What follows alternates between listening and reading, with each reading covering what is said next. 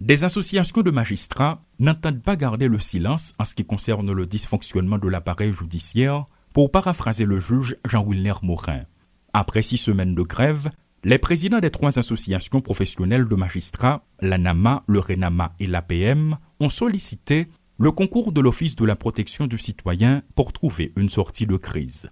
À l'issue d'une rencontre avec Ronae Douville qui s'est déroulée ce vendredi, le juge Morin évoque les échanges. Le protecteur du citoyen vient de nous dire qu'il a rendez-vous maintenant avec le ministre de la Justice pour débattre de la question. Nous attendons la réponse. Ce sont certes des discussions qui se sont déroulées dans le but de trouver une issue à la crise, affirme le numéro 1 de l'ANAMA, mais ce n'est pas encore la fin du mouvement, une trêve n'est pas même envisagée.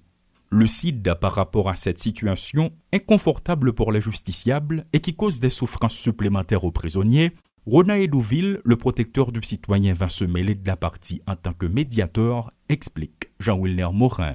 Le défenseur des droits humains privilégié dans le pays, et ceci de manière constitutionnelle, comme dirait mon collègue, lui-même tout, lui doué fait en sorte que moun sa yo qui en prison, le monde qui besoin de service à la justice là, qui sont services publics là, yo joignent, yo ont accès à la justice et comment il doit le faire, il doit porter les autorités de l'exécutif à entendre raison.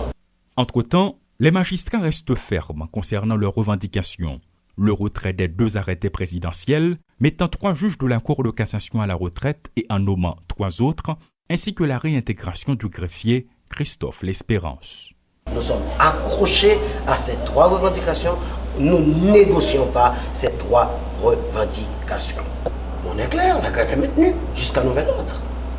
La justice est-elle une préoccupation pour le pouvoir exécutif? Sa paralysie lui est-elle profitable? Bref, qui reconnaît la véritable importance de ce pouvoir dont la PNH est un principe auxiliaire? Des questions que se posent des citoyens de la capitale révoltés par cette réalité. Cette démarche des magistrats est-elle un fait qui prouve que seuls les juges ont entendu les cris des justiciables et que l'exécutif de son côté fait preuve d'égoïsme? Jean-Wilner Morin. Nos revendications seront satisfaites.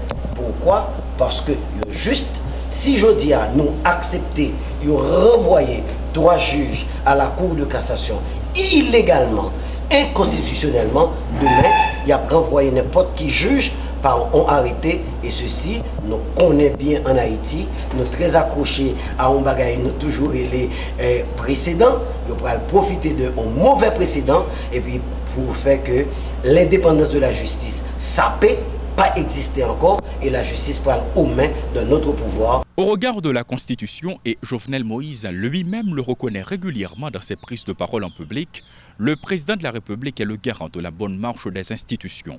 Mais depuis un certain temps, ce sont des institutions qui se trouvent au centre du combat politique et qui en font les frais. Paul Léel et Rodolphe Pierre-Louis pour TD Métropole.